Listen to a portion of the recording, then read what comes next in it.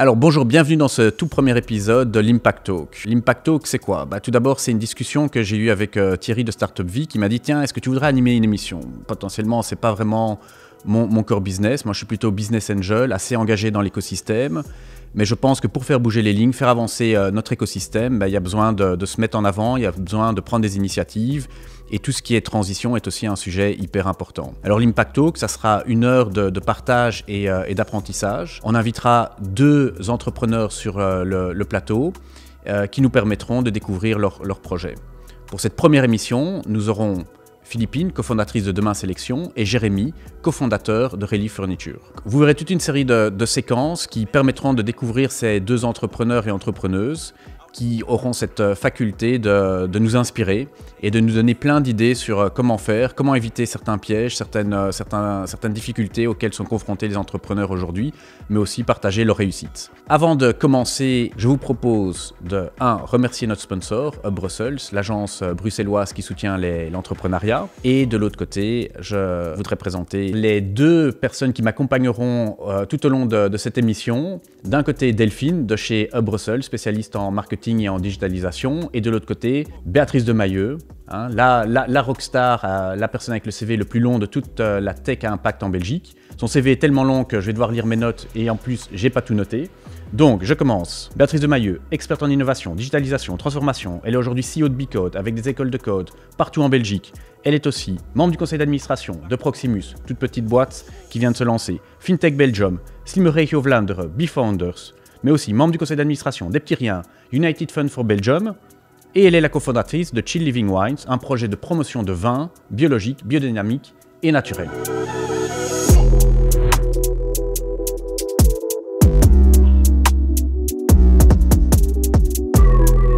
Bonjour, pour cette première émission sur la circularité, j'ai à mes côtés Delphine. Salut Nicolas. Salut Delphine et Béatrice. Bonjour. Donc on est prêt à accueillir nos 2 entrepreneurs-entrepreneuses, Philippine et Jérémy. On les applaudit? Oui. Allez, let's go. Bon, alors peut-être pour commencer, on est assez curieux de découvrir nos 2 invités du jour. Est-ce que vous pourriez vous présenter mutuellement? Jérémy, vas-y, présente-nous qui est Philippine. Rosaline, bonjour Philippine. Donc Philippine est une jeune entrepreneuse bruxelloise qui a lancé la marque Demain, qui est des vêtements pour enfants de seconde vie. Ils ont un très bel e-shop, un très beau shop physique à l'avenue Louise, où je vous invite à aller voir. Belle promotion. Voilà. Magnifique. Merci Jérémy. Et Jérémy, j'ai rencontré Jérémy, déjà je connais sa sœur, donc on se connaît déjà de base. Et Jérémy est le cofondateur, je ne sais pas si ton papa est encore dedans, mais de Relief Furniture, qui est une marketplace pour tout ce qui est mobilier de bureau. De seconde vie. De seconde vie. Seconde vie. Vous allez nous expliquer un peu après, c'est quoi seconde vie, circularité, c'est la thématique. Mais avant de commencer, puisque l'idée est aussi d'inspirer les personnes qui vont regarder cette émission, c'est intéressant de comprendre qui vous êtes. Donc on a commencé par Jérémy puis Philippine, on va commencer peut-être par Philippine. Dis-nous un peu, mais qui est Philippine, où tu as grandi, qu'est-ce qui t'a amené plus tard à l'entrepreneuriat, quels sont tes premiers pas dans le monde professionnel? Ok. C'est une très grande question. C'est une très grande question. Moi, je suis Philippine, j'ai 32 ans. Avant tout, je suis mariée et j'ai 2 enfants de 3 ans et 1 an et demi. J'ai grandi à Waterloo, donc pas du tout à Bruxelles. Il y a un peu un cliché de Waterloo, mais on y reviendra peut-être plus tard. Je suis fondatrice de Demain Sélection, que j'ai lancé maintenant il y a 2 ans. Sur le côté de mon travail, je travaillais chez De Barn, et c'est en fait en devenant maman que je me suis rendu compte que j'avais envie de lancer une plateforme de vêtements de seconde main pour enfants, parce qu'il n'y avait pas assez d'offres à Bruxelles. Très bien. Et toi Jérémy, comment ça s'est combiné? Quoi? Ton évolution, comment tu es devenu entrepreneur, Okay. Qui était Jérémy avant l'entrepreneur, qui est Jérémy l'entrepreneur, le professionnel? Moi je suis aussi de Bruxelles à la base, je suis l'aîné d'une fratrie de 3. J'ai fait mes études à Bruxelles et j'ai beaucoup voyagé. J'ai travaillé 6 ans à Londres, donc dans le domaine classique. Classique et non classique parce que j'étais chez Deezer, la boîte de musique, dans la publicité. Et c'est vrai que depuis toujours, j'ai lancé une première boîte qui était toute petite à la fin de mes études, en 2009, quand c'était un peu la crise et que c'était très difficile de trouver un boulot dans le marketing. Et ça m'a donné un peu la puce à l'oreille sur les envies de travailler un peu à mon propre compte, mais d'abord de faire mes armes un peu dans le système classique. Et le projet qui est né de Relive, dont on parlera après, était vraiment quelque chose que j'avais en moi depuis quelques années et que mon père m'a transmis, malgré lui en fait, de manière passive, mais que j'ai voulu explorer. Super. Et comment tous les deux vous vous êtes retrouvés dans des projets à impact? C'est le hasard de la vie, une volonté, une affinité, des sentiments particuliers? Je dirais que j'ai une grosse sensibilité, en tout cas personnellement, j'ai une grosse sensibilité sur l'évolution du monde et je pense qu'il y a beaucoup de choses à faire, en tout cas, pour rendre le monde meilleur. Et ici, c'était vraiment une idée qui arrivait un petit peu comme sur la table et qui avait besoin en fait d'être consolidée, d'être accélérée. Et donc, me lever tous les matins avec un sens, avec un impact était très important parce que je ne le retrouvais pas du tout dans le monde de la publicité. Pour ça que j'ai travaillé chez Deezer, à trouver un peu un sens parce que j'adore la musique. Donc j'arrivais à trouver mon équilibre là-dedans. Mais c'est vrai que j'avais besoin de me lever tous les matins pour me dire voilà, j'apporte en fait quelque chose de bénéfique au monde dans lequel on vit. Super. Et toi, Philippine, tu te retrouves un peu dans ce que dit Jérémy? Mais on discutait justement tout à l'heure ensemble de quand est-ce qu'on avait eu un peu ce déclic de être beaucoup plus affecté par tout ce qui était impact. J'arrive pas à donner une date précise, mais après c'est un peu la même logique que toi. C'est en fait avant je travaillais chez Deloitte, j'allais tous les matins, j'avais un client à Liège qui me prenait une grande partie de l'année et j'étais tous les matins dans ma voiture pendant 1h30 en voiture et j'étais mais qu'est-ce que je fous? Et donc, c'est un peu à ce moment-là, oui, que l'impact a commencé à résonner dans moi et que l'idée d'un projet entrepreneurial est venue. Avant ça, j'avais aussi lancé Yuma avec ma cousine. C'est des crackers à base de farine de grillon. Donc, oui, ça fait déjà quelques années que je suis là-dedans aussi. Ok, très bien. Alors du coup, vous êtes un peu présenté. Déjà, merci pour ça. C'est, je pense, extrêmement intéressant pour vous qui regardez cette émission parce que ça vous montre des trajets assez différents, hein, du monde corporate, des événements de vie comme la maternité qui, tout d'un coup, vous ouvre, vous met un petit feu vert, dire tiens, il faudrait que je me lance. Maintenant, on ne sait toujours pas exactement c'est quoi vos projets.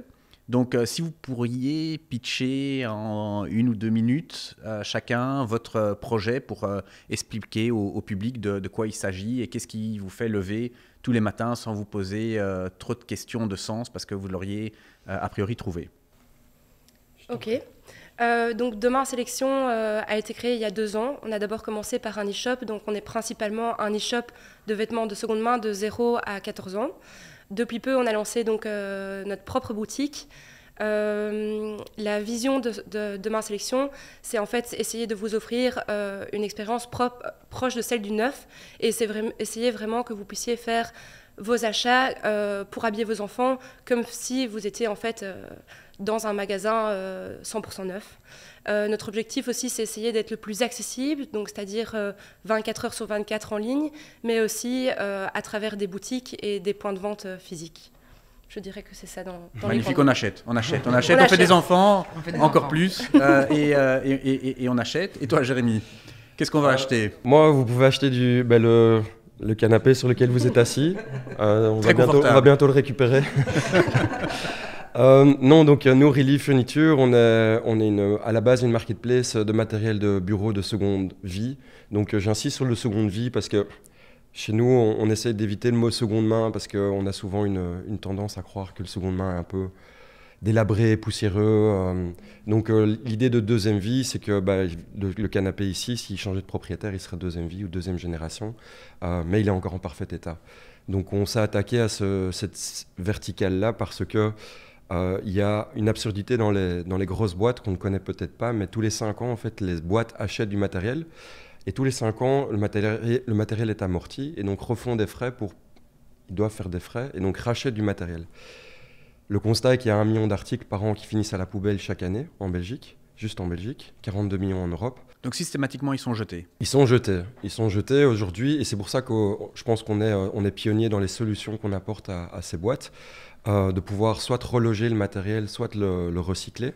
Mais aujourd'hui, la réalité est que le matériel en fait finit à la poubelle et 90% est incinéré parce que ce sont différentes composantes du bois, du métal, etc. Donc compliqué à démonter, ça prend du temps, des hommes. Donc jusqu'à aujourd'hui, en fait, un facilities manager n'avait pas de solution.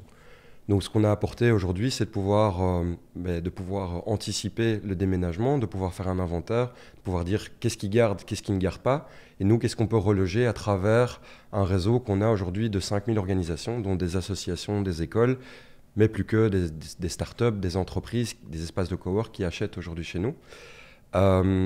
Et de pouvoir faciliter ça à travers une marketplace, de la tech, et de pouvoir aussi offrir un service complet de l'autre côté de la barrière, donc pouvoir faire de l'aménagement d'espaces de bureau sur base de sélection que nous on a, et de pouvoir apporter le service total de la livraison, du montage, du clean-up et de la garantie aussi.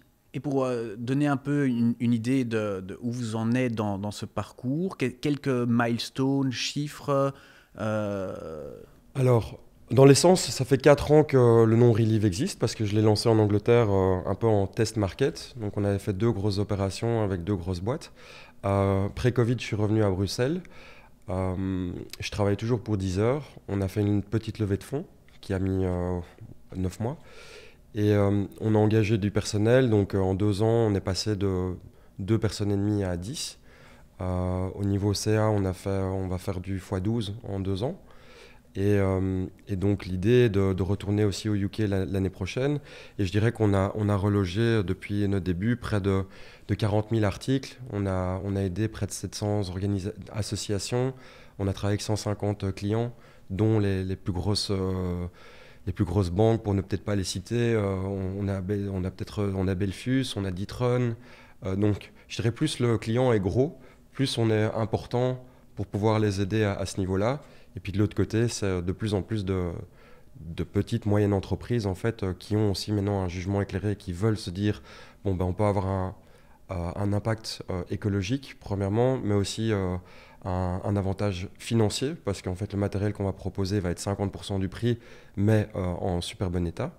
Donc, juste pour donner un comparatif, on se considère aussi souvent comme le Nearly New Car, avec une voiture qui a très peu de kilomètres au compteur, mais Nearly New Car qui va offrir tous les mêmes services en fait qu'une voiture neuve.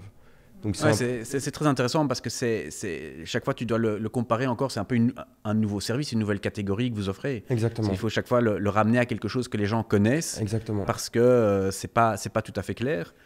Comme on disait aussi, enfin, il y a eu beaucoup de choses dans la presse qui disaient on est le Vinted du matériel de bureau. Je pense que ça donne un petit peu la perception. En réalité, on ne travaille pas dans le B2C, on est vraiment uniquement B2B. Et c'est nous qui récupérons le matériel, donc on est plus un e-commerce qu'une marketplace en soi. Et l'ambition, c'est pour aller jusqu'où est-ce que vous êtes fixé des objectifs à court, moyen, même long terme ? Mais là, pour te donner une idée, donc si on fait aujourd'hui 10 000 articles relogés, 10 000 articles recyclés, on a fait 20 000 articles peut-être cette année, ça fait 2% du marché. Donc on aimerait bien arriver en tout cas du marché, puisqu'il y a 1 million d'articles qui finissent juste en Belgique. Donc on essaierait au moins d'atteindre, je dirais, les 10% dans les 3 ans. Et surtout aussi de pouvoir aller à l'international, puisque la problématique elle est la même partout. Donc on a vraiment décelé aussi un modus operandi qui fonctionne très bien aujourd'hui et qui peut s'appliquer en fait dans d'autres pays. D'où l'Angleterre l'année prochaine, d'où déjà une petite activité qu'on a eue cette année au Luxembourg et potentiellement Paris.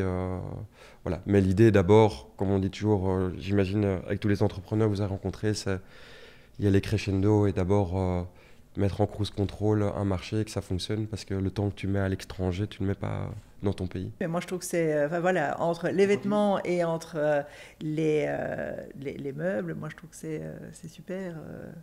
Il y a tellement plus. Et c'est vrai que c'est des modèles, comme tu dis, le Nearly New Car aussi. Je crois que c'est intéressant de voir se calquer là-dessus aussi. Ouais. C'est marrant parce que dans l'automobile, en fait, ça fait maintenant 40 ans que ça existe. Aujourd'hui, aux États-Unis, tu vends plus de voitures de seconde main que de neuf quasi. Et en fait, dans le matériel de bureau, il y a aucun acteur. Il y a certains acteurs qui récupèrent un peu de plic-ploc, des trocs. On a envie de savoir alors comment ça se fait que ça n'existait pas avant. Moi, si ça n'existait pas, parce que parfois on dit quand on n'a pas de concurrent, alors ça peut être bien et en même temps ça peut être mal, c'est peut-être qu'il n'y avait pas de marché. Et donc, la question je me pose, mais comment ça se fait que... Alors pour moi, ça c'est ma théorie, c'est que le matériel de bureau n'appartient à personne. C'est très... tout le monde s'en fout. Finalement, les employés qui viennent s'asseoir dessus, ils quittent, ils vont dans un autre bureau, ils ne se posent pas la question de leur chaise ou pas. Les boîtes, en fait, elles achètent, puis c'est les facilities managers qui sont missionnés de devoir tout dégager, ils s'en foutent aussi. Donc ça veut dire que c'est tout du matériel orphelin qui, en fait, n'a pas de parents ou n'a pas vraiment d'intérêt pour qui que ce soit. Et pas de lien émotionnel en plus. Donc, pas de lien émotionnel, exactement. Bureau, entre guillemets, Typiquement, je dirais la comparaison peut-être avec des vêtements, c'est que tout le monde en porte. De la nourriture comme Too Good To Go, tout le monde en mange. Donc en fait, il y a vraiment un intérêt humain et naturel qui vient à l'esprit. Ici, c'est ça qu'on essaye de rendre aussi, c'est que finalement, on a du matériel de bureau, mais on a du matériel design qui peut même finir chez toi. Moi, je comprends ce que Béatrice dit, c'est-à-dire que quand on entend les chiffres que tu donnes, ça nous semble un peu, enfin moi, ça me semble aussi un peu fou qu'il n'y ait pas beaucoup d'autres initiatives comme la vôtre, puisqu'il y a une opportunité. Et est-ce que c'est parce que voilà, est-ce qu'il y a beaucoup de barrières à l'entrée? Est-ce que au niveau de la concurrence, est-ce que vous êtes vraiment les premiers ici à Bruxelles? On est les premiers. Il y a je dirais qu'il y a quelques boîtes qui font des choses un peu similaires, mais ils n'apportent pas en fait tout le service que nous on peut apporter. Je pense que la raison aussi et le gros challenge, c'est que c'est du matériel lourd, qu'il faut l'entreposer, ou nous, en fait, je dirais l'astuce qu'on a, c'est qu'on garde le matériel un maximum dans les entreprises. On travaille en flux tendu, donc les gens viennent chercher sur place pour la plupart. Et contrairement à, par exemple, un back market qui va en fait revendre des téléphones et des ordinateurs de seconde main, reconditionnés, c'est beaucoup plus simple d'entreposer, c'est beaucoup plus simple de livrer. Donc nous, on a vraiment un vrai challenge au niveau opérationnel, entreposage, d'où la question aussi de trouver des entrepôts. Donc j'appelle à tout le monde, si vous avez des entrepôts temporaires, on est preneur.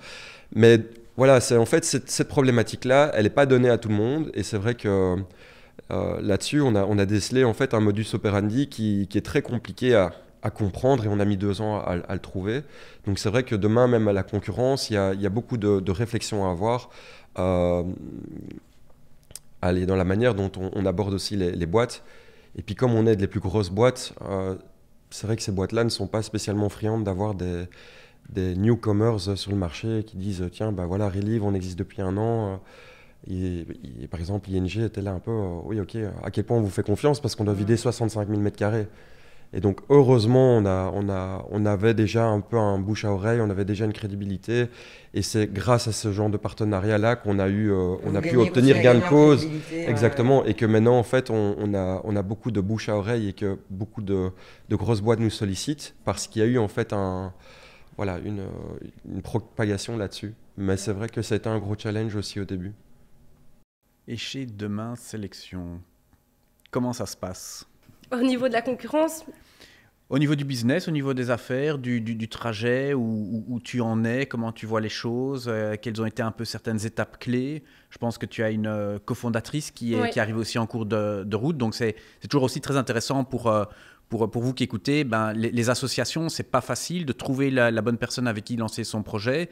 Et ici, on a notamment un exemple d'avoir un lead co-founder, si on peut appeler ça comme ça. Donc, dis-nous un petit peu plus. En fait, lead co-founder, pas vraiment, parce que pour moi, le projet, il a vraiment commencé l'année passée. Avant, c'était vraiment un side project sur le côté. Donc, la première année d'e-shop, je l'ai vraiment fait sur le côté de mon boulot, petit à petit. Et donc, je dirais que le projet a vraiment commencé l'année passée quand Florence m'a rejoint dans l'aventure. Est-ce que ça a été un déclic, l'arrivée de Florence, ou c'était qu'est-ce qui a fait que ça s'est un petit peu accéléré? On a déménagé chez Human à Bruxelles, donc il y a un peu j'appelle ça toujours un centre commercial, mais je ne sais pas si c'est vraiment ça les termes, mais un centre commercial durable à petite échelle. Et ça a été vraiment pour nous un kick parce qu'on est vraiment rentré dans un écosystème avec une base de clientèle et surtout enfin un vrai espace de stockage, parce qu'avant je faisais ça vraiment chez moi dans ma cave. Donc je dirais que oui, le projet n'est pas encore à la même ampleur, mais voilà, ça fait 1 an qu'on a démarré, on a fait x3 en chiffre d'affaires, on a notre e-shop qui marche vraiment bien avec 12 000 produits. Je dirais qu'en 1 an, on en a vendu 20 000, mais on est sur évidemment un prix moyen qui est beaucoup plus bas. Les gros challenges pour nous, c'est essayer d'automatiser un maximum, parce qu'en effet, on est sur un prix moyen qui tourne maintenant autour de 10-15 euros. Et on va en toucher en moyenne, je ne pourrais pas dire ça, mais ça dépend en fait du prix de la pièce, on va toucher entre 20% et 70% de marge par produit. Donc il y a vraiment un gros challenge au niveau de la logistique, parce que chaque pièce doit être réceptionnée, triée, photographiée, encodée et puis revendue. Donc c'est un peu ça qu'on est en train de creuser, comment automatiser, comment utiliser l'IA, etc. Et puis je dirais que nos gros challenges pour l'année prochaine, c'est essayer de développer tout ce qui est point physique, parce qu'on se rend compte qu'en fait le physique est vraiment beaucoup plus facile, tant pour les gens qui viennent déposer les pièces, tant pour les gens qui en fait ont vraiment besoin pour du seconde main, parce que nous en fait on appelle ça du seconde main, on devrait peut-être aussi essayer de changer et appeler ça seconde vie, mais les gens en fait ont besoin de toucher la pièce et pour pas être dégoûtés en fait, parce qu'il y a encore beaucoup de gens qui sont bloqués par la seconde main dans tout ce qui est vêtements, alors que c'est vraiment un sens pour les enfants qui grandissent super vite.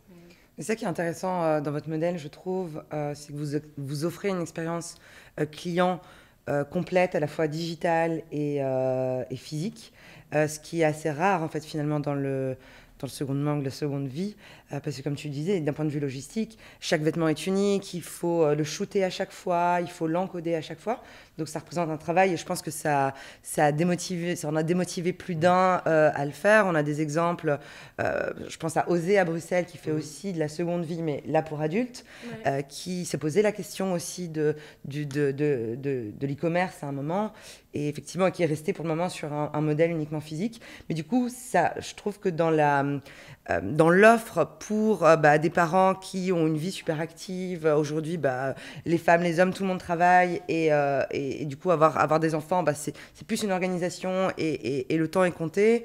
De se dire que voilà, si on veut passer un moment, on peut aller en magasin, mais si on n'a pas le temps, on peut retrouver ça aussi en ligne. Et voilà, c'est ce que je trouve intéressant dans votre modèle. Une super bonne transition pour la prochaine séquence, qui est un peu celle des up and downs, parce que là, on se rend compte qu'en cours de route, on ne sait pas tout prévoir. Et donc, quand on rentre dans son projet, on est confronté à des succès d'un côté, mais aussi à des échecs ou des difficultés. Et donc, si tu peux un peu nous en dire davantage sur ce que tu as pu découvrir, ce que tu pensais en amont, et puis tu lances ça à petite échelle, tu commences à l'accélérer, tu veux aller atteindre une certaine taille, et tu es confronté à une série de bonnes surprises et de mauvaises surprises.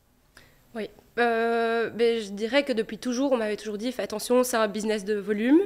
Mais en fait, j'avais un peu du mal à réaliser quel était le volume que je devais atteindre pour que ce soit vraiment rentable. Aujourd'hui, on est donc 2 cofondatrices, on est une employée, donc on a notre première employée, et on a aussi 2 Stage First qui sont des employés, mais un peu subventionnés par Actiris.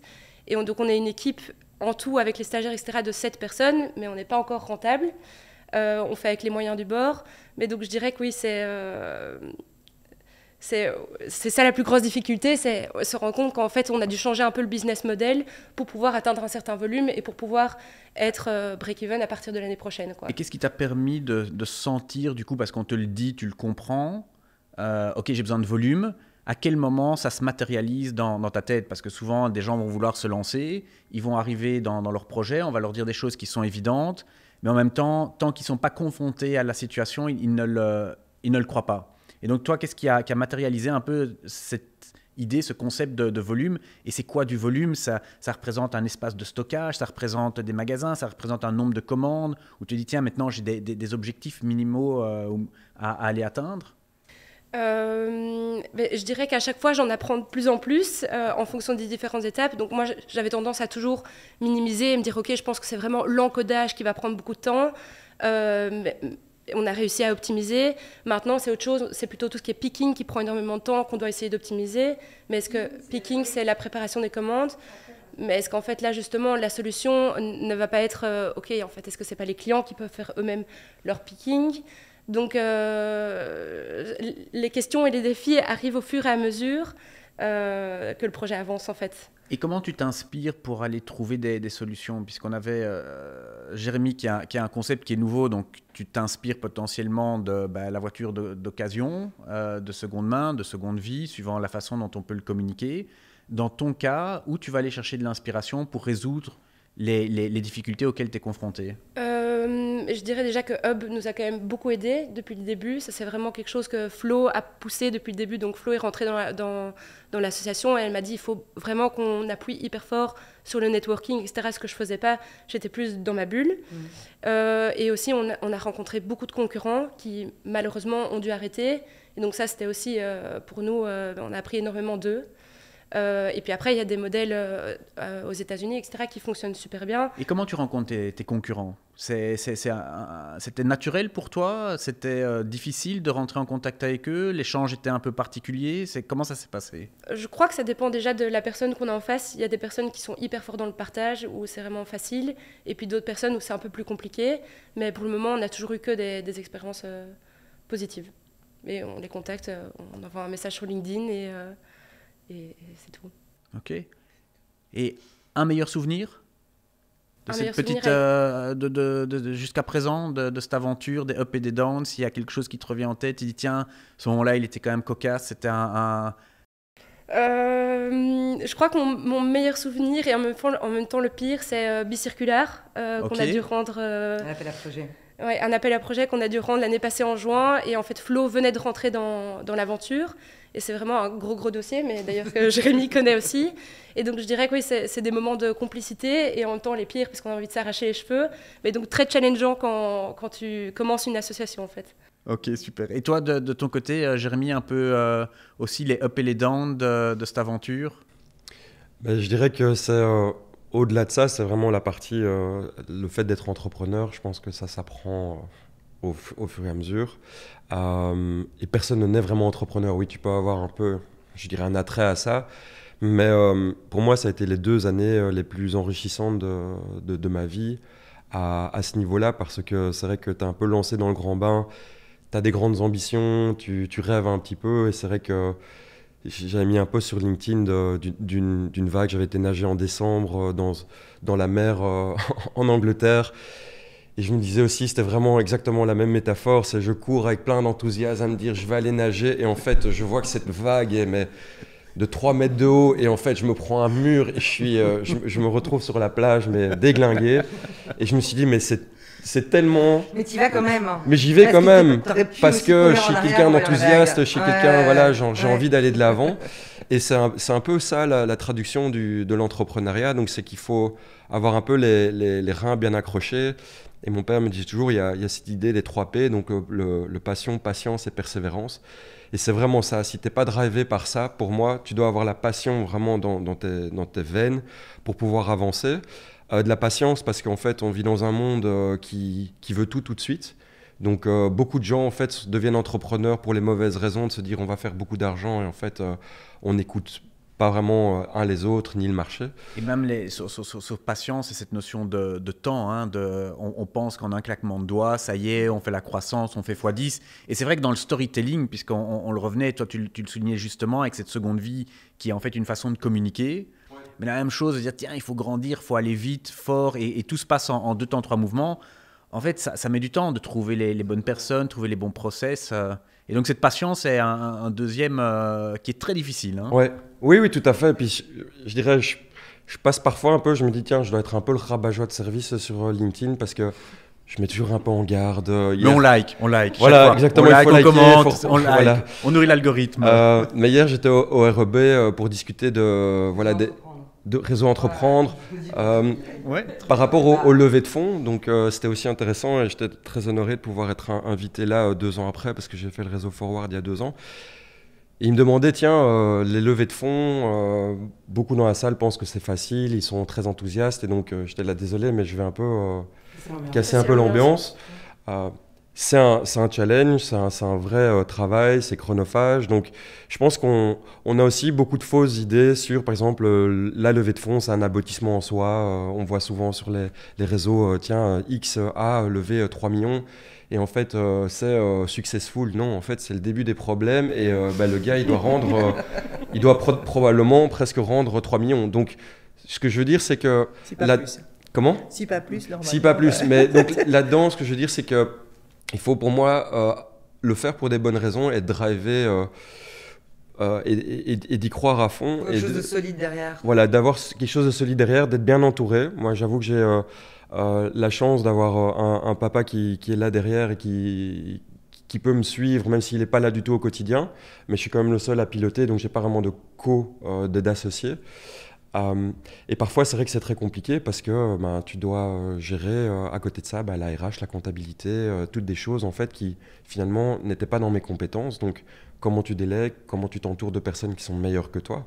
Et donc, c'est ça un peu pour moi les challenges et parfois les hauts et les bas sur certaines semaines où parfois c'est compliqué. Et je dirais que, parce que je voulais anticiper la question que tu allais aussi poser, que tu as posée à Philippine, c'est un moment chouette sur dans l'histoire. C'est vrai qu'il y a 2 ans, quand on a commencé, on a engagé notre première personne qui sortait de chez Bicode, d'ailleurs. On travaillait près de l'abbaye de la Cambre. On était dans un petit cowork où c'était un espace où il y avait pas de fenêtre. Et donc, on l'a vraiment mis. Le premier jour, il travaillait vraiment presque dans une cave. Heureusement, il était IT et donc il ne s'est pas trop plaint parce qu'il était juste sur son écran.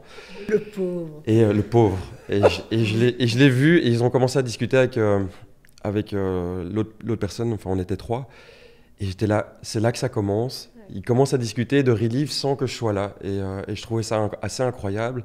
Et la première commande qui est tombée à travers la marketplace qu'on avait créée from scratch était un moment où on s'est levé, on s'est claqué dans la main.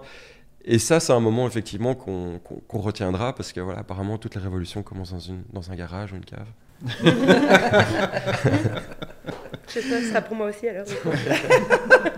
Oui, et puis vous êtes tous les deux dans des hangars, donc on pourra dire les hangars quelque part, on peut avoir l'analogie.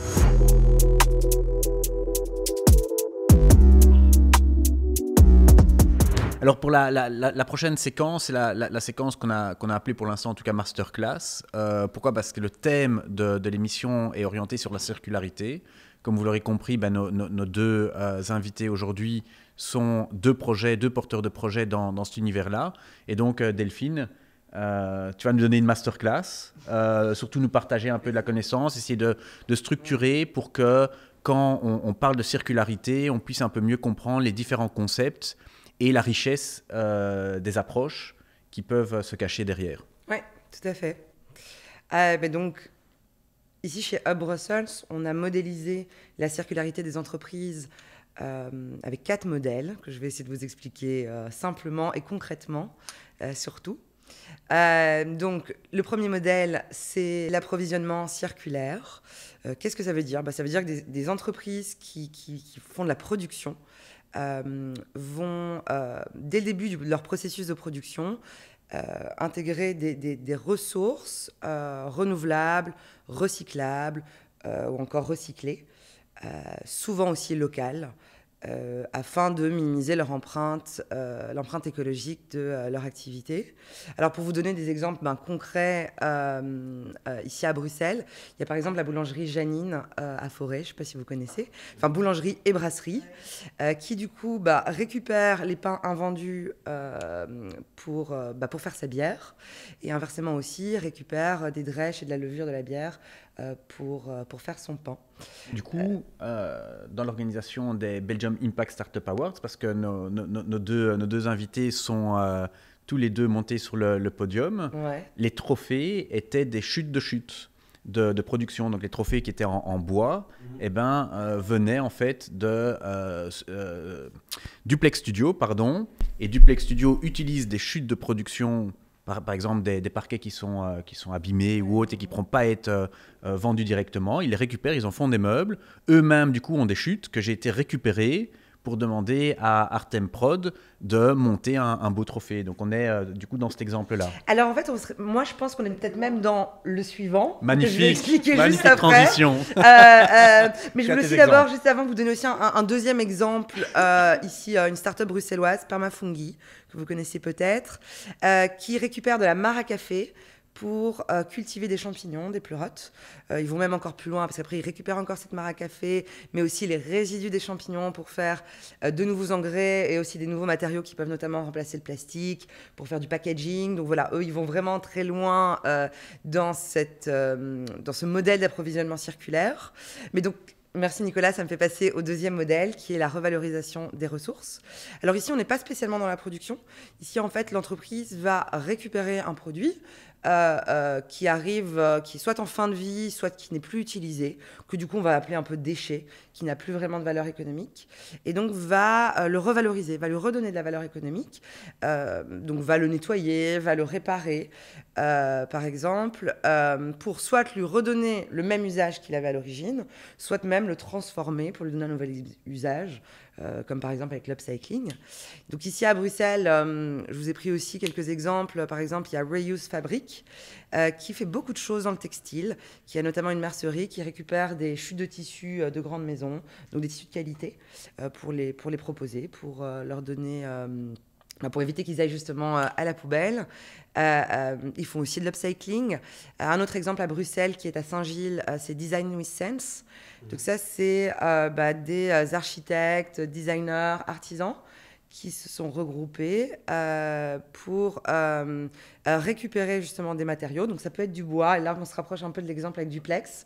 Ils vont récupérer des matériaux qui du coup ils vont retravailler pour ensuite faire de l'ameublement d'intérieur. D'intérieur, de l'ameublement. Et du coup, ils proposent des projets où je crois que ils proposent au moins 80% dans les matériaux qu'ils utilisent, qui sont récupérés, transformés, réutilisés. Donc voilà, c'est deux exemples bruxellois. Alors, on a un troisième modèle qui est l'allongement de la durée de vie des produits, qu'on appelle aussi éco-conception. Peut-être que c'est un mot qui vous parle. Ici, en fait, c'est l'idée, on est nouveau dans la production, c'est l'idée de créer un produit qui a pour objectif de durer le plus longtemps possible. C'est à l'opposé de l'obsolescence programmée, que je pense qui vous parle, dont on a pas mal parlé les dernières années, notamment avec des nouvelles technologies. Donc ici, on crée dès le début un produit qui a pour objectif de durer dans le temps, donc de résister, mais qui peut être aussi, par exemple, dans sa conception, techniquement créé pour être facilement démonté, pour être facilement réparé. Tout ce qui peut vraiment faciliter l'allongement de la durée de vie. Alors, un exemple bruxellois, c'est la start-up Conligo, qui fait qui crée des structures à base d'aluminium recyclé, des structures pour l'événementiel. Des structures modulables. Il les crée pour qu'elles puissent justement durer dans le temps, résister aux intempéries, sont modulables en plus. Donc ici, on est vraiment dans de l'éco-conception. Conligo, c'est un exemple intéressant parce qu'en fait, eux, et c'est aussi que je voulais vous dire, c'est qu'en fait, on n'est pas spécialement uniquement dans un seul modèle. On peut intégrer de la circularité dans son modèle, différents types de circularité. Et donc, eux, ici, ils sont dans l'éco-conception, mais ils sont aussi dans l'approvisionnement circulaire avec le fait de prendre comme matière première de l'aluminium qui est déjà recyclé. Et puis, c'est ce qui va me permettre la transition vers le dernier modèle. Il propose aussi pas uniquement de la vente, mais aussi de la location. Et donc, une meilleure utilisation des ressources. Donc ça, c'est le dernier modèle. Un modèle qui peut être, je pense, assez compréhensible pour le grand public, parce qu'on le voit beaucoup, notamment dans la mobilité. C'est le fait de mettre sur le marché une offre qui a pour objectif d'être utilisée par un maximum de monde. Donc, on n'est plus dans la propriété, mais on est plutôt dans une économie de partage. Et donc, en mobilité, c'est par exemple les voitures, les vélos partagés. Donc, ici, en Belgique, on avait eu Billy Bike dans les vélos partagés. On a aussi Poppy, qui est belge, même si ça fait partie un peu d'une spin-off. Et donc, voilà, ici, c'est l'idée de se dire, on n'a pas besoin spécialement d'être propriétaire de sa voiture. On n'en a pas besoin tout le temps. On peut la partager. Et donc voilà, et donc comme je disais, ça c'est nous, on l'a modélisé comme ça ici chez Hub Brussels. Une entreprise peut se retrouver dans plusieurs modèles. Alors si je me trompe pas, dites-moi si je dis une bêtise, mais moi j'ai l'impression que ici à Relive et Furniture et Demain Sélection, vous retrouvez plutôt dans le modèle, enfin dans la revalorisation des ressources, puisque en fait vous donnez une deuxième vie à un produit déjà existant. Et du coup, maintenant la question que j'ai envie de vous poser, c'est est-ce que vous avez envisagé, est-ce que vous comptez intégrer d'autres modèles circulaires dans votre business et si oui ou non, pourquoi? Quels sont les défis que vous avez, les opportunités, les défis qui se présentent? Je vais peut-être d'abord me tourner ici vers toi, Philippine, pour Demain Sélection. Est-ce que, par exemple, vous avez envisagé également la location de vêtements ou encore de récupérer des vêtements qui ne seraient pas en état impeccable, mais que vous voudriez du coup réparer, voire transformer, que ce soit en internalisant ce process ou en l'externalisant, en collaborant avec d'autres, avec un atelier, par exemple? Mais justement, ça me fait rire de voir Reuse sur ton tableau, parce qu'on a rentré justement un projet bicirculaire pour lancer un atelier de réparation. Donc aujourd'hui, on reçoit en moyenne entre, je dirais, 300 pièces par jour de vêtements. Et il y a malheureusement 15% qu'on ne sélectionne d'office pas. Et les gens vont soit décider d'en faire don, soit vont les récupérer. Mais et vous ne les sélectionnez pas parce qu'ils sont tachés, troués? Oui, c'est des défauts qui sont trop importants, avec des trous, etc. Et souvent, c'est des belles marques et des belles pièces qu'on aimerait bien revaloriser. Et donc, on a lancé un appel à projet justement pour réparer donc, ces 15%.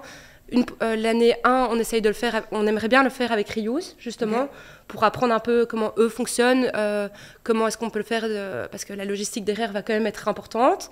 Et puis l'idée, c'est en année 2-3, c'est de l'internaliser petit à petit, justement avec des employés qui auraient d'abord été formés chez Reuse.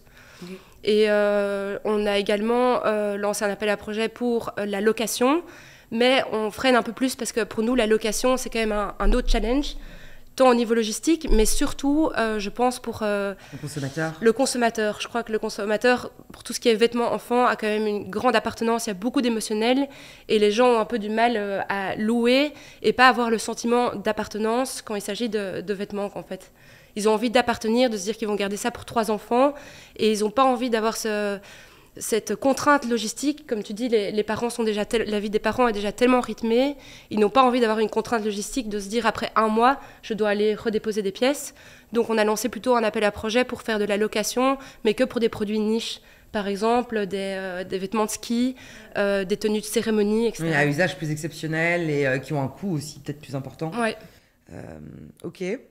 Jérémy, du coup, est-ce que chez Relive, est-ce que vous faites aussi la location? Vous vendez uniquement On fait de la location. Okay. C'est pas la majorité de notre activité pour le moment, mais on est bien conscient que c'est quelque chose qui va arriver aussi dans les mœurs. Je dirais l'économie de la fonctionnalité, on est de plus en plus là-dedans. Surtout dans l'espace de bureau, puisque aujourd'hui, 85% des entreprises louent leur espace de bureau, mais 85% des entreprises achètent leur matériel de bureau, ce qui n'a pas vraiment de sens. Donc on sait que ça arrive, on a déjà quelques projets en cours là-dessus, et on aimerait bien évidemment pouvoir le pousser de plus en plus. En tout cas, on est prêts, nous, pour le marché. Donc on le propose systématiquement auprès de nos clients. On nettoie le matériel, donc je dirais qu'on fait de la... c'est pas de l'upcycling, donc on va pas remettre des vis. C'est de la revalorisation. Voilà, on revalorise en tout cas. On regarde toujours à quel point le matériel est endommagé ou pas. Si par exemple, pour une chaise, le piston ne fonctionne plus, ça c'est très compliqué pour nous parce qu'on n'est pas industriel. Par contre, s'il y a une tache de café dessus, on travaille avec des partenaires structurels comme Composil qui sont vraiment géniaux et qui eux peuvent nous aider à faire revaloriser ou nettoyer un petit peu le matériel. Après, notre combat, je dirais, quand on a 1 million d'articles sur le marché et que probablement la moitié est encore en super bon état, on a déjà un combat là-dessus. Donc on choisit notre focus sur le matériel en bon état. Demain, s'il y a un partenaire qui dit « nous, on a envie de réparer le matériel », on travaillera d'office demain avec eux. Mais aujourd'hui, c'est vrai qu'on choisit un peu nos batailles et on ne se disperse pas. Parce que c'est vrai que commencer à réparer du matériel qui n'est pas dans notre spécialité, Oui, c'est Bah, votre expertise. ça sous-entend un entrepôt, un atelier, des personnes. Et donc, c'est vrai qu'aujourd'hui, on essaie déjà de mener notre bataille. C'est facile à dire, plus difficile à mettre Exact. en œuvre. Et donc ça nous amène à une chronique qui est encore en gestation, qui a fait peur à beaucoup de monde. Hein. Il y a eu beaucoup de mails en amont qui ont été échangés, mais qu'est-ce qu'elle va raconter? Parce que la façon dont on l'avait amenée, c'était le coup de gueule. Non, non, non. Le coup de C'était gueule de J'ai Béatrice. les nerfs. J'ai les nerfs. J'ai les nerfs, soyons honnêtes. Correct. J'ai essayé, mais rien ne passe. Avec Béatrice, rien ne passe. Et donc, du coup, c'est pour ça qu'on l'a tourné sur J'ai les nerfs, qui était un peu, une chronique d'actualité sur lequel Béatrice voulait réagir et qui nous donnait un peu de dynamisme.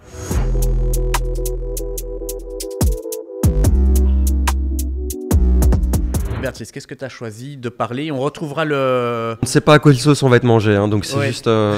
désolé si Je on me a redresse. des blancs. Non. Donc, oui, aujourd'hui, c'est vraiment J'ai les nerfs. C'est vraiment un coup de gueule, je crois, aujourd'hui. Alors, ne vous inquiétez pas, rien n'est visé. Pas du tout. Donc, on a entendu passion, patience et persévérance. J'aime bien, ces 3 P. Alors, en 1970, apparemment, les 3 R ont vu naissance. Donc, reuse, recycle et reduce. 1970, j'ai vu en même temps aussi que la création du National Earth Day, qui a aussi date apparemment donc des années 70. Je pensais que c'était plus récent, mais donc effectivement. Donc, économie circulaire, on a bien compris, thématique aujourd'hui. Mais quand cette économie circulaire peut se lier à l'action sociale, je crois que là, on a un très très beau modèle aussi sur lequel je voudrais parler le temps de ma chronique. Alors, le secteur du textile aujourd'hui, et donc en Belgique mais en Europe, traverse vraiment une grande crise. Et je crois qu'on en est tous conscients. Je vais d'abord peut-être parler du textile, mais après ça aussi, au niveau de l'ameublement. Et la cause, quelle est la cause justement de cette grosse crise dans le textile aujourd'hui? La fast fashion. Oui, exactement. Ce n'est pas nos invités. Ce n'est pas du tout nos invités, exactement. Soulagement. Shein, combien de milliards de chiffre d'affaires? 6 milliards. Ouf, plus. Le temps, je me mouche, désolé. Ah non, ils ont fait une... Chiffre Ils sont d'affaires pas rentrés annuel. en bourse. Ça représente en tout cas, Shein, c'est 20%, enfin Shein et une autre, c'était 20% de la consommation, de l'achat sur Internet en France. Oui, donc ils sont vraiment dans le top 10. Donc Shein, c'est 23 milliards de chiffre d'affaires. 800 millions de bénéfices, créés en 2008. Donc effectivement, fast fashion. Et pourquoi ceci est un gros problème? Pour les conditions de travail, pour Ouais, donc c'est tant effectivement une action sociale vraiment affreuse dans les conditions de travail locales, il ne faut pas rire. Non, mais j'ai vu comment le mot un peu Non, a failli sortir. Et effectivement aussi écologique. Et alors le gros problème justement quand on regarde d'abord le chapitre 1 Shein, c'est que c'est des vêtements qui sont non seulement au niveau de leurs conditions de travail, mais au niveau des conditions climatiques aussi, qui sont vraiment pas du tout dans les mêmes standards que ce qu'on exige quand même plus en Europe aussi. Donc il y a quand même pas mal de démarches et de demandes aussi de pouvoir voir comment légiférer ça au niveau de l'Europe, à voir comment ça va se faire. Mais deuxièmement aussi, c'est la qualité. Et donc, quand je regarde le business model, par exemple, de Demain Sélection, toutes ces initiatives ne pourraient pas exister si on continue à développer des qualités vestimentaires qui sont très, très, très mauvaises et qui, en fait, ne peuvent même pas, en fait, proposer une seconde vie à un objet vestimentaire. Et donc, moi-même aussi, je suis fort engagée dans l'action des petits riens. Et alors justement, quand on parlait de concurrence, et tant des vêtements, les petits riens existent maintenant déjà depuis près de 100 ans, je crois que c'est un peu plus de 80, 90 ans, quelque chose comme ça, mais tant aussi au niveau de l'ameublement, et les petits riens au niveau chiffres, tu parlais effectivement c'était 300 objets par jour? Oui, 300 vêtements par jour. 300 vêtements, eh bien les petits riens, c'est 8000 tonnes par an, effectivement, distribués sur plus de 20 magasins, 400 salariés, 460 personnes en parcours de réinsertion socio-professionnelle et 293 volontaires. Et donc, on a parlé de Shein, on peut parler de Temu aussi. Oui, j'allais le dire. Exactement, là je C'était le regarde deuxième, en plutôt Jérémy, Voilà. effectivement. Donc il y a les vêtements Temu, ce n'est pas que les vêtements, C'est son aussi homologue. tout style d'objets, donc beaucoup plus large, eux créés en 2020, aussi chinois. Alors néfaste pourquoi aussi, hein, on l'a dit, environnemental, social, problème de plagiat aussi apparemment, donc beaucoup d'objets justement qui sont recréés, des vêtements ou des objets meubles, design ou autres, les droits de douane qui sont aussi pas du tout respectés, et en plus maintenant, parce que c'est vrai que tout le marché, surtout textile aussi, de seconde main, donc il y a toute une action circulaire et économique qui peut être vécue ici en Belgique, en Europe, dans la revente, mais c'est aussi un grand business aussi, enfin une grande partie du revenu pour les petits riens au niveau de l'exportation, et notamment l'exportation de vêtements vers l'Afrique. Et ici, de nouveau, quand on voit ces players, Shein ou Temu ou autres, en fait, il y a une exportation directe maintenant qui se fait de la Chine vers l'Afrique et qui inonde, en fait, aussi voilà, d'autres contrées, donc l'autre continent comme l'Afrique, avec des objets qui sont souvent, voilà, je le répète, hein, dans des qualités de vie et sociales fabriquées de façon pas très... pas juste, et aussi environnementales, qui peuvent contenir aussi des composantes qui peuvent être très toxiques au niveau de l'environnement. Donc oui, mon coup de gueule aujourd'hui, c'est de dire on a de super belles initiatives justement dans le reuse, dans le recycle et dans le fait de prolonger la vie, donner une seconde vie. Mais quand on voit justement ce qui nous envahit aujourd'hui, et ce que j'aimerais bien aussi mettre la question ici sur la table, c'est justement tout le critère du fast fashion, ou en tout cas d'acheter aussi dans de l'ameublement. Hein, quand on fait la file à une déchetterie, quand tu regardes ce que les gens jettent, c'est les derniers caprices qui ont été achetés chez Ikea. Ça peut être n'importe quel brol aussi où on se dit bah, c'est génial, on va acheter maintenant ici à Noël tous les cadeaux qui vont aller dans tous les sens. Et le Black Friday avant ça. Le Black Friday, ou le cadeau maximum 10 € et tu sais très bien que tu vas te taper n'importe quelle connerie. Excuse-moi maintenant pour les mots. Mais voilà, donc c'est comment est-ce que... Alors, moi, ma fille, elle a 15 ans, j'en ai plein de grands qui, eux, ça va, ils mettent même des chaussettes de Noël en plein mois de juillet. Mais ma fille de 16 ans, c'est vrai qu'elle n'arrêtait pas de se faire targeter sur les réseaux sociaux par un Shein. Et à un moment donné, elle me dit, mais maman, c'est super, regarde, c'est pas cher. Qu'est-ce que je dis à ma gamine? Alors, ça va maintenant. Enfin, moi, j'ai jamais acheté là-dessus. Et bien, c'est pas évident de devoir élever justement cette génération de 12-18 ans à leur dire, bah oui, c'est pas cher, mais je vais t'expliquer tout ce qu'il y a là derrière. Arrêtez les chinoiseries. Hein. Arrêtez les chinoiseries. Mais donc, je voulais mettre ça. Donc, effectivement, j'adore les initiatives comme les vôtres. J'y crois très, très fort. Je trouve que c'est magnifique aussi quand l'économie circulaire peut faire vivre une action sociale, comme chez les petits riens. Les petits riens, aujourd'hui, ont une crise en cours. Donc, clairement, parce que, justement, ils ont trop de matières premières. Donc, il y a trop de stock, en fait, qui doit être trié, mais qui ne trouve pas repreneur, enfin, qui ne trouve pas acheteur. Et en plus, tout ce qui est collecté dans ces tonnes de vêtements dans les bulles aujourd'hui, eh bien, il y a beaucoup qui ne sait même plus être réutilisé et qui doit être ou brûlé ou partir à l'exportation. Mais là, on sait aussi que les marchés sont saturés. Donc, moi, je dirais longue vie à vos initiatives. Et comment est-ce qu'on peut faire en sorte, c'est justement de stimuler, je dirais, les croyances, en tout cas les consommateurs, de acheter du qualitatif qui peut avoir 1, 2, 3, 4 vies. Comme moi, je mettais le pull de ma sœur, mon frère mettait mon pull, ma petite sœur mettait le pull de tous. Bon, elle évidemment, elle a dû mettre les habits de tout le monde. Mais... Il y avait des trous partout. Non, parce que vous avez la qualité. On mettait les ronds. Ça va, je ne suis pas si vieille, mais on mettait les patchs. Voilà, j'ai pensé en acheter parce que j'ai pu le trouver, donc il faut que je le fasse. Surtout que tu es toute la journée sur ton bureau, donc ça... Exactement. Ouais, moi, il y a une série de pulls où j'étais les mettre. Des beaux pulls. Ouais. Et il faudrait juste mettre des patchs. Ben, on va relancer la mode d'ailleurs. Exactement. La relancer. On va relancer la mode. À la prochaine émission, je viendrai avec mon pull avec mes trous. Exact.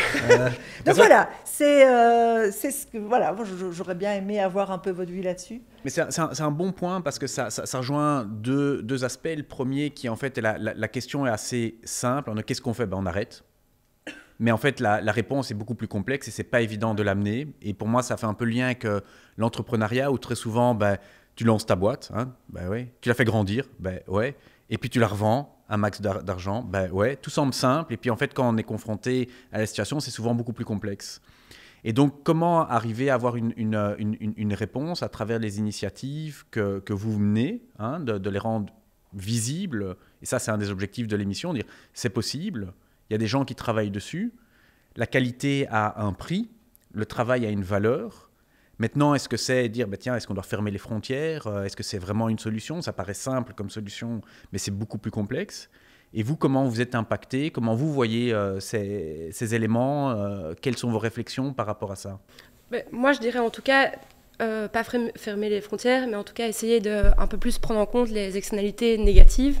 J'ai l'impression qu'il n'y a pas grand-chose qui est fait, que ce soit au niveau européen ou même mondial.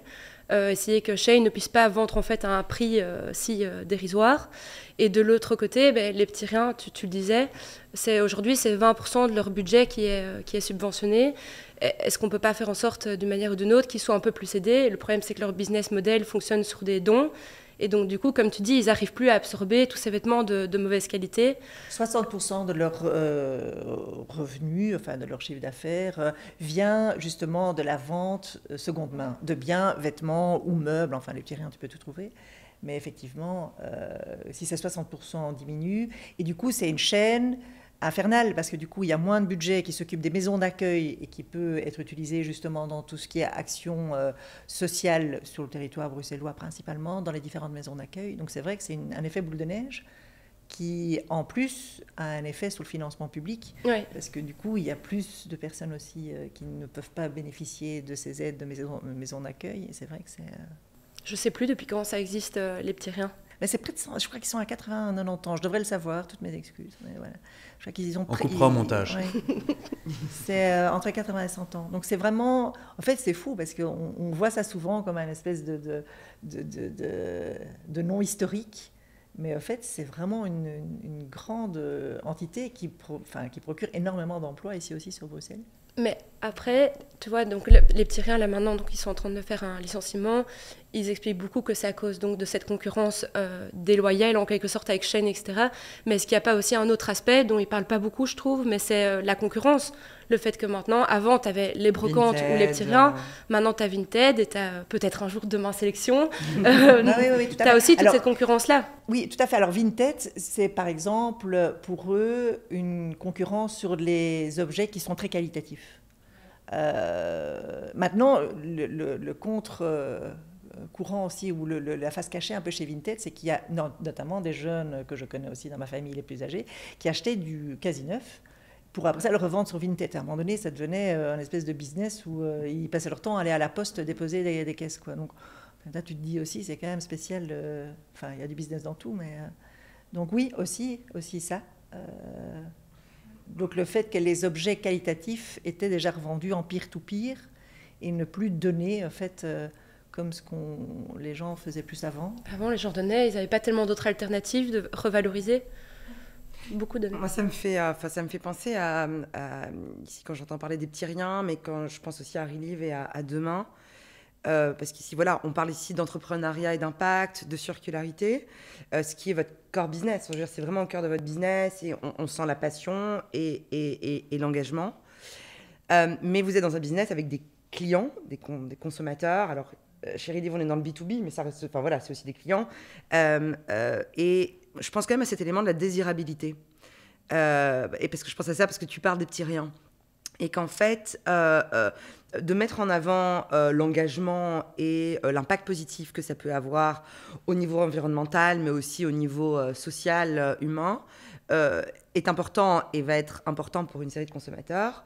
Mais je pense que, et je ne fais pas référence à vous justement, hein, mais je pense à d'autres startups que j'ai pu, ou avec d'autres conseillers chez Up qu'on a pu accompagner, qui ont peut-être parfois, à mon sens, oublié cet élément de la désirabilité. Parce qu'à the end, quand on parle de vêtements, ou quand on parle de meubles, de design, eh bien, on veut quelque chose qui soit quand même esthétique et joli. Et donc, oui, on est super ravis que ce soit un meuble qui n'est pas un nouveau meuble qui a été créé, qu'on n'ait pas utilisé de nouvelles ressources. Un vêtement aussi qui ait déjà eu une vie, c'est super. Mais on veut aussi que ce vêtement ou ce meuble soit esthétique, nous plaise. Et ça me fait penser aussi à ça pour les petits riens. C'est qu'en fait, c'est l'image aussi que les gens en ont, que les Bruxellois en ont. C'est que je pense qu'il y a une série de personnes qui disent « Ah, les petits riens, ok, c'est un peu ce dont tout le monde se débarrasse. C'est peut-être pour les gens du coup qui n'ont pas trop de moyens parce que c'est peut-être pas super beau. Et donc je pense qu'il y a pour avoir de l'impact, il faut que ça marche. Et donc, pour que ça marche, il faut aussi pas oublier ce côté, en fait, marketing, ce côté désirabilité. Et que du coup, moi, je trouve que... et je vais plus parler de Demain Sélection parce que j'ai plus une vue ici sur Demain, mais quand on va sur votre site, quand on va dans votre boutique, là j'ai pas encore été à la nouvelle boutique qui vient d'ouvrir Avenue Louise, mais j'étais passée chez Newman, mais voilà, j'ai eu un petit aperçu, mais voilà, on voit que c'est des vêtements de qualité, qui sont en bon état, on a envie d'y aller, on a envie de les porter ou de les faire porter. Je pense que c'est ce que vous devez faire aussi chez Relive par rapport à vos clients. Tu parles quand même de clients qui, à mon avis, sont à la recherche de meubles qui doivent être quand même assez sympas à des banques. Mais peut-être que chez Relive, c'est un peu un autre... Mais c'est le plus gros challenge. Hein. C'est quand on parle de deuxième vie, deuxième main, c'est exactement ça qu'on veut dire aussi. C'est qu'aujourd'hui, vous allez pouvoir payer 2 fois moins cher en ayant de la marque et en fait en ayant le même rendu esthétique. Donc on travaille très fort là-dessus. Maintenant, fin d'année, on va avoir un portfolio de tous les projets qu'on a fait. Le rendement et le résultat est incroyable. Et donc, je pense qu'aujourd'hui, comme on est innovant là-dessus, il faut qu'on rassure les gens par rapport à ça, que la finalité est la même. Mais c'est sûr que c'est la première chose. C'est pour ça que Relive, je dirais au niveau brand positioning, est vraiment là-dessus, sur quelque chose d'esthétique, qu'on essaie de rendre sexy le meuble de bureau, ce qui n'est pas... Allez, ça semble une évidence, mais c'est pas si évident de montrer un bureau qui est cool.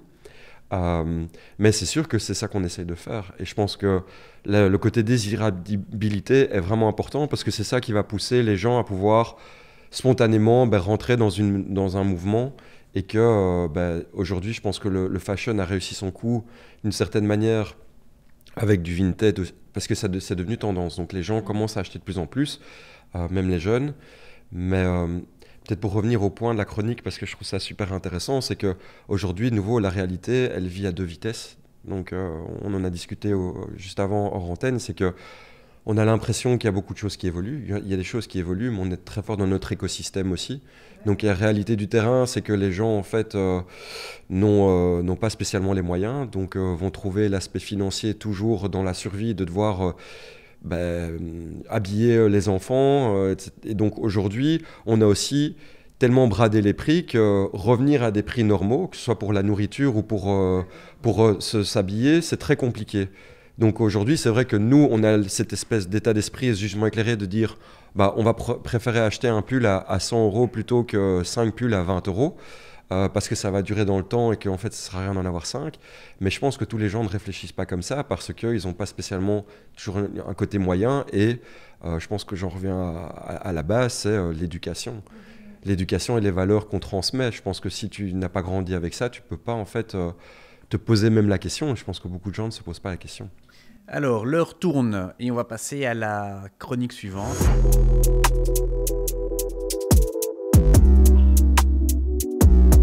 On va arriver dans du sérieux, oui, sérieux, vous le voyez derrière. Là, on est la chronique sur... j'ai demandé à nos invités de venir avec une photo.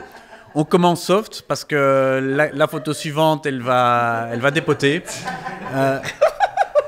Crescendo, oui. C'est crescendo, et ce qui nous permettra petit à petit d'aller vers la fin, de retrouver un côté un peu plus léger dans les discussions. Donc voilà, Jérémy, tu as choisi cette photo. Pourquoi ? Pourquoi Pour les sandales. Ce petit garçon, non, mais peut-être la position, tu vois, la raquette de tennis, mais aussi, tiens, quel est le lien entre ce petit garçon, qu'est-ce que tu veux faire quand tu seras grand ? Ouais. Et comment ça a évolué entre, qu'est-ce qu'il dirait ce petit garçon au Jérémy aujourd'hui, ou le Jérémy aujourd'hui dirait au petit garçon, t'as vu, j'ai assuré, t'as vu, j'ai encore du boulot, ou... Je dirais, c'est marrant, c'est plus la vie comment la vie est faite. Je rentre un peu dans du philosophique, mais c'est déconstruire le plus vite possible. Parce qu'en fait, les standards et les idées que tu vas te mettre dans la tête, je me voyais à 30 ans avec une villa, un chien et 3 enfants, en fait. Je ne suis pas du tout là. Et c'est un peu, en fait, finalement, il n'y a pas vraiment je dirais de chemin tout tracé. La vie t'amène à plein d'endroits. Pour moi, ce que j'adore dans cette photo et ce qui me traduit un peu, c'est cette idée d'être enthousiaste, curieux, avec voilà, quelque chose de lumineux et sportif et sain. Donc je dirais que ça a toujours été un peu mon leitmotiv, c'est d'avancer avec, voilà, dans les starting blocks et d'y aller, d'être fonceur, d'être voilà. Concentré. Voilà, concentré aussi, et puis avec le sourire, tant bien que mal aussi, puisque effectivement on aborde des sujets un peu lourds, mais je pense que les externalités aussi, elles sont très positives. On est dans un monde qui se pose beaucoup de questions, et se remettre en question, et voilà, créer des projets comme on en a tous, je pense que et rien que d'en parler aujourd'hui, c'est génial. Ouais, ça nourrit. Alors, on parlait de sport, hein, je pense qu'on peut passer à la photo suivante. Là, on va avoir du grand sportif. Voilà. On a, comme dirait Thierry de Startup Vie, on a un dossier. Il va falloir faire attention à ce qu'on va en faire. Hein, pendant combien de temps vous avez été ensemble, du coup? Donc, Philippine. Et mon mec, Philippine, mon mari. Philippine. Moi, j'ai la villa et les 3 enfants. Explique-nous tout alors, parce qu'on est curieux là. Donc voilà, en fait, je t'avais envoyé 2 photos, tu as choisi celle-là. Ça, c'est dangereux. Mais je me suis dit qu'il y avait un chouette storytelling derrière cette photo. Donc Delphine me dit, mais tu n'es pas jeune là-dessus? Ben oui, enfin quand même un peu, parce que c'est il y a 15 ans. C'était il y a 2 ans. Comme Jérémy. Ouais. Et je dirais que oui, cette photo m'a vraiment fait marrer, parce que à 15 ans, si tu m'avais dit un jour que j'allais me lancer dans la seconde main pour enfants, j'y aurais jamais cru. Parce que oui, à 15 ans, j'avais qu'une seule envie, c'était de dévaliser l'Abercrombie. On en parlait beaucoup avant de rentrer ici. Et donc, je trouvais ça marrant de voir l'évolution, à quel point, en fait, à l'époque, tout ce qui était l'industrie textile, j'en avais vraiment rien à battre, à le dire. Donc, oui, c'était vraiment ça. La petite histoire derrière cette chouette photo. C'est ça. Et aujourd'hui, ça veut dire quoi? Que vous deux, vous aviez une vision d'enfant qui, en fait, a fortement évolué. Et finalement, c'est un peu un appel à... C'est possible de faire changer les choses.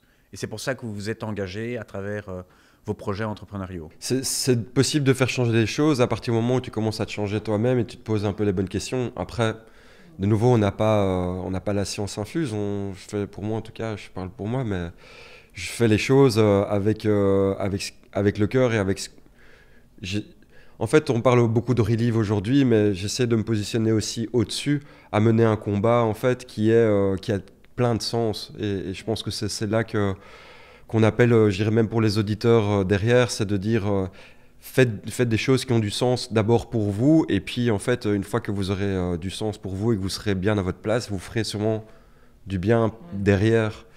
Et c'est vrai que la photo sur le tennis un peu illustre pour moi la façon de gérer un projet, si on revient sur la patience, où tu te dis, un match de tennis, tu ne gagnes pas tous les points.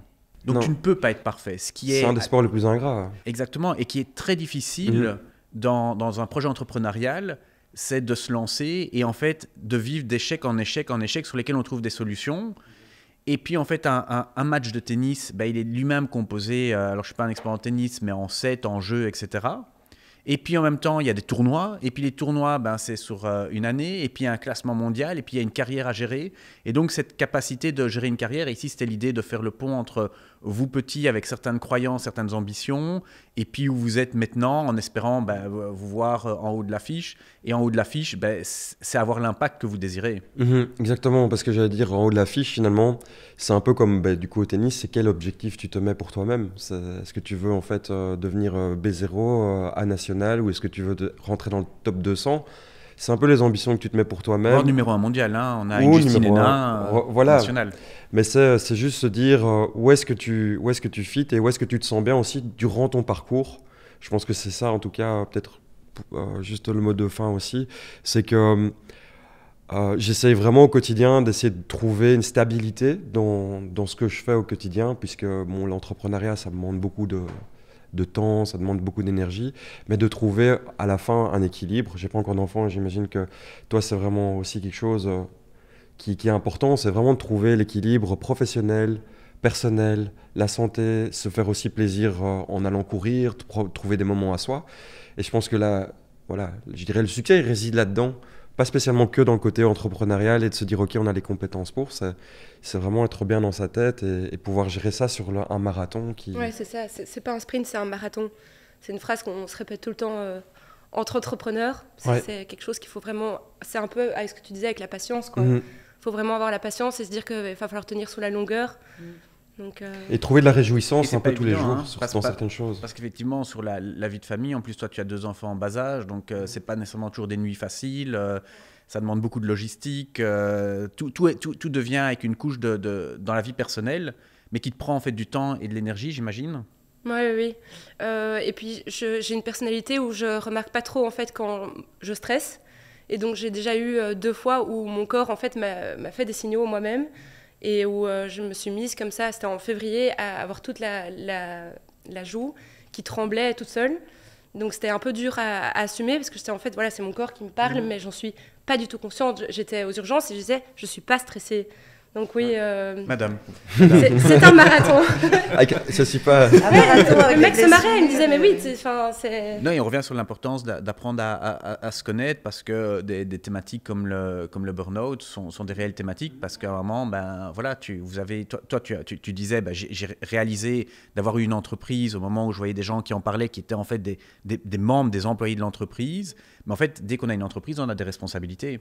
Responsabilités du personnel, des clients, des partenaires, des fournisseurs, etc. Alors, on enchaîne sur la dernière chronique avant le mot de la fin.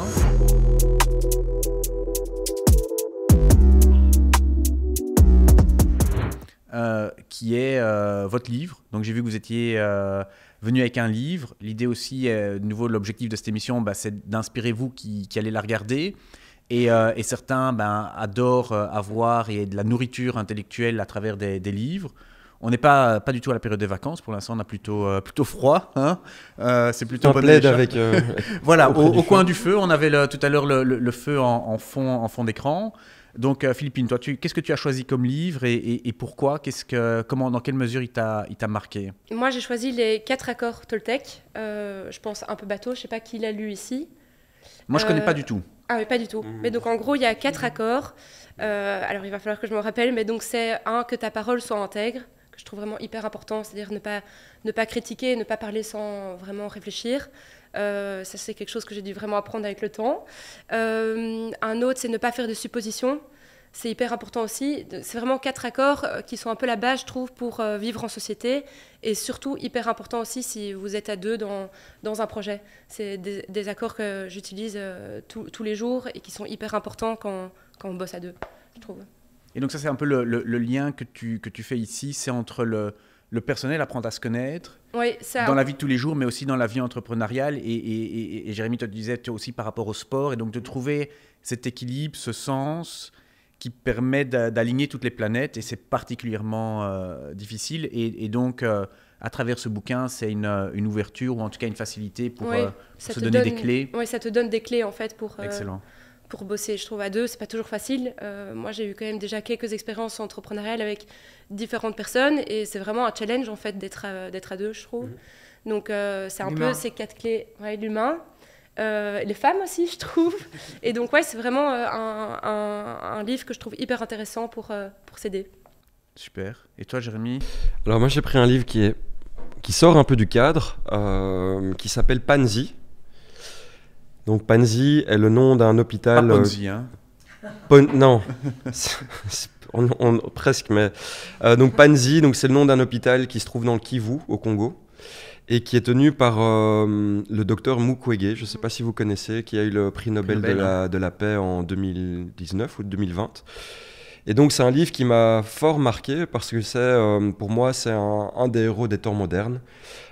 Qui a donc cet hôpital au Kivu et qui répare le corps des femmes qui se sont fait abuser ou violer dans les villages, qui est généralement utilisé comme en fait une arme de guerre. Et donc cette personne a réparé des dizaines de milliers de femmes. Le livre est quand même assez poignant parce qu'il rentre quand même parfois un peu dans les détails, donc moi ça m'avait marqué.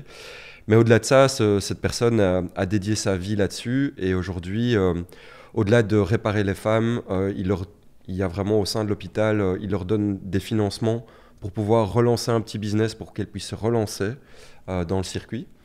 Et je trouve que c'est passionnant comme livre et de voir en fait qu'aujourd'hui tu as encore des héros des temps modernes. C'est ça, et donc en fait ton entrepreneur, c'est pas Elon Musk ou devenir le prochain Absolument Mark Zuckerberg. Absolument pas. C'est tout l'inverse. Un peu politique, c'est tout l'inverse. On peut trouver de l'inspiration à travers d'autres personnes qui entreprennent, hein, puisqu'il a un hôpital, il mène des actions, il exerce son métier, et qui de nouveau, lui, a son sens, et c'est un sens dans lequel toi, tu te retrouves beaucoup plus. Exactement. Et puis qui s'élève, c'est sur la dignité, c'est sur l'humain. Je pense que c'est là qu'il y a beaucoup de choses encore à faire. Magnifique. Bah oui, là, il y a effectivement beaucoup de choses. Alors, le mot de la fin, on arrive déjà à la fin de ce premier épisode de l'Impact Talk. Donc déjà, merci d'être venu, d'avoir accepté l'invitation et d'avoir témoigné. Merci à vous. Je pense que ça reste hyper important de trouver des exemples de gens, de comment ils font pour pouvoir s'inspirer. Et grâce à votre degré d'ouverture, je pense qu'on y est arrivé. Alors peut-être... On avait appelé cette chronique dans la légende. Hein. S'il fallait garder... Comme PNL. S'il fallait garder un dernier mot que vous voudriez partager avec les gens qui vont être amenés à découvrir votre parcours, ça serait un peu quoi ce mot de la fin, ce partage que vous voudriez leur faire? Pas facile, hein? Ça va rester. Hein. Donc un conseil ou... Un conseil, un mot, une réflexion, un point d'attention. Bah, je dirais, moi je pense le plus important, en tout cas peu importe ce qu'on fait dans la vie, c'est de rester en mouvement. Donc je fais une petite analogie avec Inoxtag, hein, qui a sorti son truc qui a été très polémiqué. Pour les youtubeurs qui est monté l'Everest. Au début j'étais là, mais c'est qui ce type de nouveau, ça va de nouveau tourner autour de... Voilà, et puis les accords de Toltec, hop, recul. Voilà, pas de supposition. Ma parole soit impeccable. Et la parole impeccable. Non, c'est simplement de dire, je trouve que ce qui est très important, et il soulève un gros point aujourd'hui, c'est qu'on vit dans un monde où il y a tellement de choses, et c'est parfois difficile de choisir ses combats. C'est juste, pour moi aujourd'hui, la raison pour laquelle je suis ici, c'est d'avoir mis un pied devant l'autre et d'être resté en mouvement et d'être curieux. Et je pense que et de se faire confiance. Donc c'est pour moi ça que je partagerai aujourd'hui, c'est de dire, peu importe où vous êtes dans votre vie, n'hésitez pas à rester en mouvement et de nouveau d'être curieux sur les choses. Et je pense que ça vous apporte beaucoup de choses. Beaucoup de choses viennent à vous si vous restez ouvert au monde. Super. Toi, Philippine? Et moi, je dirais que c'est un peu... Enfin, ça rebondit un peu sur ce que tu dis, mais moi, ce que j'essaye de me dire tout le temps, c'est la vie est un jeu et l'entrepreneuriat est un jeu. Et je me souviens que j'étais chez Réseau Entreprendre, pour aussi le programme Forward, et je disais cette phrase-là, elles étaient toutes là... C'est bizarre, mais je trouve il faut que ça reste un jeu, il faut que ça vous amuse tous les jours, il faut rester en mouvement. Pas se prendre trop au sérieux non plus, c'est vrai que je suis tout à fait d'accord avec toi. Et tu t'es planté, tant mieux en fait. Moi, j'ai pas d'échecs pour le moment, je suis contente, même avec les petits échecs que j'ai eus, j'en ai appris davantage. Donc je dirais ça, l'entrepreneuriat reste un jeu et la vie aussi, donc faut en profiter. Parfait, un tout grand merci à Béatrice qui a su pointer un sujet... d'actualité, mais en fait même plus structurelle. Merci pour cette masterclass où on a appris plein de choses. Et merci surtout à vous deux d'avoir pris le temps de nous partager et d'avoir montré un degré d'ouverture et de partage en toute simplicité qui, j'espère, pour vous qui regardez cette émission, va vous apprendre beaucoup de choses et vous inspirer, vous donner l'énergie d'y aller. Merci à tous. Merci beaucoup.